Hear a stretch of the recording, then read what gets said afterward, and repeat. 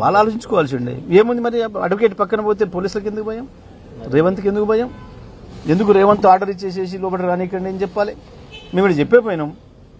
ACP గారు ఏదైతే వచ్చి సార్ మీ వెంట చాలా వాహనాలు ఉన్నాయి, వస్తే ఇబ్బంది అవుతుంది అంటే ఒక్క వాహనం కూడా మేము రాము, ఒకే ఒక్క వాహనం కేటీఆర్ గారిది, దాంట్లోనే వాళ్ళ అడ్వకేట్తో వస్తామని చెప్పినారు. వారు అనుమతించగానే పోయినారు. వారే ముందటి నుండి ఎస్కార్ట్ చేసి తీసుకుపోయినారు. తీరు అక్కడికి పోయేవరకే మీరు మధ్య సమాచారం ఇస్తే పాపం రేవంత్ ఎందుకో వకీలను చూసి భయపడి వద్దు గేట్లు బంద్ చేయండి, వారిని రోడ్డు మీదనే ఆపేయండి అని చెప్పి 45 నిమిషాలు మీ సాక్షిగానే ఆపేసారు.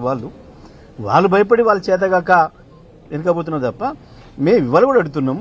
మేము మొదటి రోజు కూడా చెప్పినాం, తప్పకుండా మా న్యాయవాది సమక్షంలో నువ్వు వీడియో తీస్తూ ఎన్నైనా చేసుకో, ఏం చేసుకుంటావు, ఎన్ని ప్రశ్నలు అడుక్కుంటావు అడుక్కో, మేము రెడీగానమని చెప్పినాం. భయపడుతున్నది నువ్వు. ఎందుకో అడ్వకేట్లను చూస్తే వాస్తవానికి పేరుకు పిలిచిర్రు కానీ కేటీఆర్ రాకపోతేనే బాగుండన్న దాంట్లో కనపడరు. వాళ్ళందరినీ చూస్తే కూడా కేటీఆర్ వస్తాడంటే వాళ్ళు భయపడుతున్నాడు కనబడుతున్నారు. లేకపోతే లోపలి తీసుకోవాలి కదా, బయట రోడ్డు మీద ఎందుకు కాపాలి, లోపలి తీసుకోవాలి కదా. మీకు హక్కు లేదు అంటే హక్కు లేదనే విషయాన్ని చెప్పి ఎక్కడుందో చూపించి చేయాలి. ఇప్పుడు ఒకటే కదా, రాజీవ్ గాంధీ కూడా పోయినాడు, ఈడీ ఆఫీస్కి అడ్వకేట్ నెట్ట పెట్టుకుని పోయిండు. రాహుల్ గాంధీ అందరూ చూసి ప్రపంచం తెలిసిన విషయం. రాహుల్ గాంధీ కో న్యాయం, కేటీఆర్ కో న్యాయం, ఇంకోటి కో న్యాయం ఉంటుంది ఈ దేశంలో. చట్టం వేరే తిరిగి ఉంటుందా, అందరూ కుట్టే ఉంటుంది కదా. గంత భయపడుతుంది అని అర్థం. మేము ఒక ముందు వారే పోయారు, మీరేమో మీరు పైకోర్టుకి వెళ్తారా అని మమ్మల్ని అడుగుతారు. మాకంటే ముందే ప్రభుత్వం పోయి పైకోర్టులో కూర్చుంది. మేము రానియం, లోపల రానియం అని అడ్డం కూర్చున్నాడు అక్కడ ఆల్రెడీ రేవంత్ రెడ్డి పెట్టేసి. కాబట్టి తప్పకుండా పౌరులుగా మాకుండే ప్రతి హక్కును వినియోగించుకుంటాం, ప్రతి అవకాశాన్ని వినియోగించుకుంటాం.